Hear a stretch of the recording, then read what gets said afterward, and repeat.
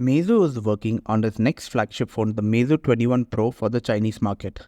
Recently, the China 3C certification platform approved the said device, which goes by the model number M481S and M481Q. While the certification confirmed the anticipated fast charging capabilities, the rumor mill about the phone is getting more and more leaked. According to the leaker, Meizu 21 Pro will be announced by the end of February. The device will be equipped with up to 16 GB of RAM and 1 TB of storage. Meizu 21 will be equipped by 21 GB of RAM and 512 GB of storage.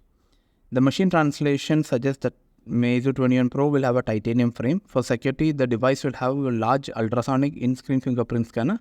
The rear camera setup of the Pro will be 50 megapixel main camera, an ultra-wide camera and a telephoto 3x optical camera.